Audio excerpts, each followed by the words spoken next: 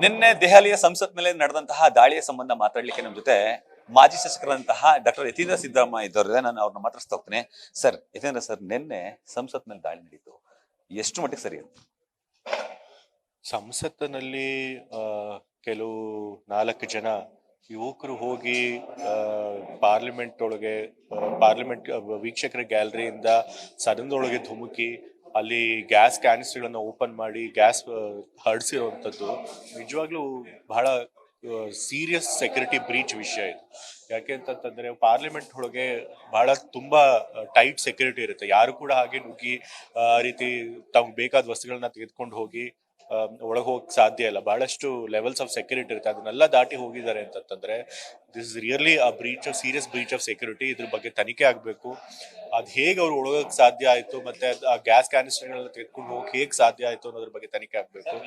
ಪ್ರತಾಪ ಸಿಂಹ ಅವರ ಕಚೇರಿಯಿಂದ ಪಾಸ್ ತೆಗೆದುಕೊಂಡು ಹೋಗಿ ಹೇಳಕ್ ಹೊರಟಿದ್ದೆ. ಮತ್ತೆ ಅದರೊಳಗೆ ಇಬ್ರು ಸಾಗರ್ ಶರ್ಮಾ ಮತ್ತೆ ಮನೋರಂಜನ್ ಅವರು ಮೈಸೂರು ನಿವಾಸಿಗಳಾಗಿದ್ದು, ನಮ್ಮ ಸಂಸದರ ಪ್ರತಾಪ್ ಸಿಂಹ ಅವರ ಕಚೇರಿಯಿಂದ ಅವ್ರಿಗೆ ಪಾಸ್ ಸಿಕ್ಕಿದೆ ಅಂತ ಹೇಳಿ ಬೇರೆ ಗೊತ್ತಾಗಿದೆ. ಮತ್ತೆ ಬಹಳಷ್ಟು ಜನ ಹೇಳಿದ್ದಾರೆ ಮೈಸೂರಿನವರು, ಮನೋರಂಜನ್ ಮತ್ತೆ ಸಾಗರ್ ಶರ್ಮಾ ಅವರು ಪ್ರತಾಪ್ ಸಿಂಹ ಅವ್ರಿಗೆ ಬಹಳ ಹತ್ತಿರದವರು, ಅವ್ರ ಜೊತೆ ನಿಕಟವಾಗಿ ಸಂಪರ್ಕ ಹೊಂದಿ ಅವ್ರ ಆಫೀಸ್ ನಲ್ಲೇ ಕೆಲಸ ಮಾಡುವಂತವ್ರು, ಅವ್ರ ಸೋಷಿಯಲ್ ಮೀಡಿಯಾಗೆ ಅಂತ ಹೇಳಿ ಕೂಡ ವರದಿಗಳು ಬರ್ತಾ ಇದಾವೆ.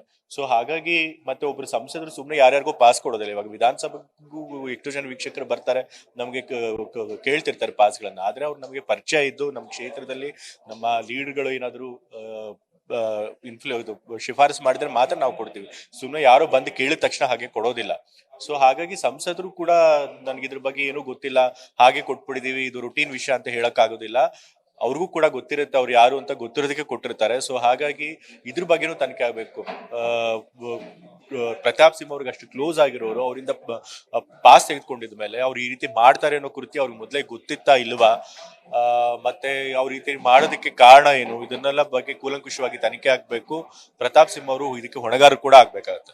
ಪ್ರತಾಪ್ ಸಿಂಹ ಅವರನ್ನು ತನಿಖೆಗೆ ಒಳಪಡಿಸಬೇಕು ಅಂತ ಸರ್? ಹೌದು. ಇವಾಗ ನೋಡಿ, ಮಹುವಾ ಮೊಹಿತ್ರಾ ಅವರ ಕೇಸ್ ನಲ್ಲಿ ಜಸ್ಟ್ ಅವ್ರ ಪಾಸ್ವರ್ಡ್ ಒಬ್ಬರ ಹತ್ರ ಶೇರ್ ಮಾಡ್ಕೊಂಡಿದ್ದಾರೆ ಅಂತ ಹೇಳಿ ಅದು ಸೆಕ್ಯೂರಿಟಿ ಥ್ರೆಟ್ ಅಂತ ಹೇಳಿ ತೀರ್ಮಾನ ತಗೊಂಡ್ರೆ ಎಥಿಕ್ಸ್ ಕಮಿಟಿ ಅವರು. ಇವರು ಅವ್ರ ಹತ್ರನೇ ಕೆಲಸ ಮಾಡೋರು, ಅವ್ರಿಗೆ ಗೊತ್ತಿರೋರು, ಬಹಳ ಪರಿಚಿತರು ಇರೋರು, ಮತ್ತೆ ಅವರಿಂದಾನೇ ಪಾಸ್ ತಗೊಂಡು ಒಳಗ್ ಹೋಗಿ ಇವತ್ತು ಅಲ್ಲಿ ಗ್ಯಾಸ್ ಎಲ್ಲ ಇದ್ ಮಾಡಿದ್ದಾರೆ ಅಂತಂದ್ರೆ ಖಂಡಿತ ಇದು ಸೆಕ್ಯೂರಿಟಿ ಥ್ರೆಟ್ ಅಂತ ಭಾವಿಸಿ ಪ್ರತಾಪ್ ಸಿಂಹ ಅವ್ರನ್ನು ಕೂಡ ಸಸ್ಪೆಂಡ್ ಮಾಡಿ ನಂತರ ಅವ್ರ ಮೇಲೆ ತನಿಖೆ ನಡೆಸಬೇಕು.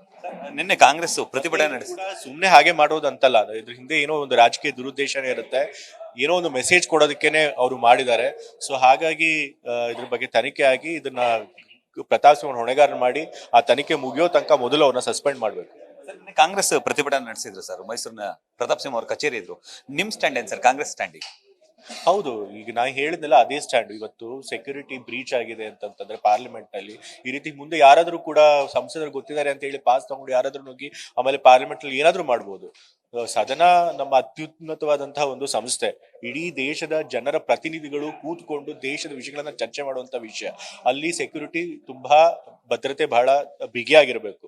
ಅದು ಅಲ್ಲಿ ಸಂಸದರು ಜನಪ್ರತಿನಿಧಿಗಳು ಸೇಫ್ ಆಗಿರ್ತಾರೆ ಅಂದ್ರೆ ಮಾತ್ರ ನಾವು ಜನರ ಸಮಸ್ಯೆಗಳನ್ನ, ದೇಶದ ಸಮಸ್ಯೆಗಳನ್ನ ಚರ್ಚೆ ಮಾಡಕ್ ಸಾಧ್ಯ ಆಗುತ್ತೆ. ಅಂತ ಕಡೆ ಈ ರೀತಿ ಯಾರಾದ್ರೂ ನುಗ್ಗಿ ಈ ರೀತಿ ಮಾಡುವಂತ ವಿಷಯ ಸರಿ ಇಲ್ಲ.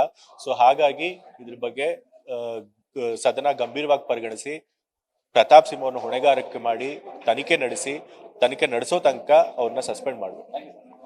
ಇಷ್ಟು ಮಾಜಿ ಶಾಸಕರಂತಹ ಡಾಕ್ಟರ್ ಯತೀಂದ್ರ ಸಿದ್ದರಾಮಯ್ಯ ಅವರ ಮಾತುಗಳು. ಸಂಸದ ಪ್ರತಾಪ ಸಿಂಹ ಅವರನ್ನ ಹೊಣೆಗಾರರನ್ನ ಮಾಡಿ ಸಸ್ಪೆಂಡ್ ಮಾಡಬೇಕು, ಅವ್ರನ್ನ ತನಿಖೆಗೆ ಒಳಪಡಿಸಬೇಕು ಅಂತೇಳಿ ಆಗ್ರಹವನ್ನು ವ್ಯಕ್ತಪಡಿಸಿದ್ದಾರೆ. ಕ್ಯಾಮರಾ ಪರ್ಸನ್ ವಿನಯ್ ಜೊತೆ Ravi Pandavapura, news first, Mysuru. News first, ನಿರ್ಭೀತಿಯಿಂದ ನಿಮ್ಮ ಪರವಾಗಿ.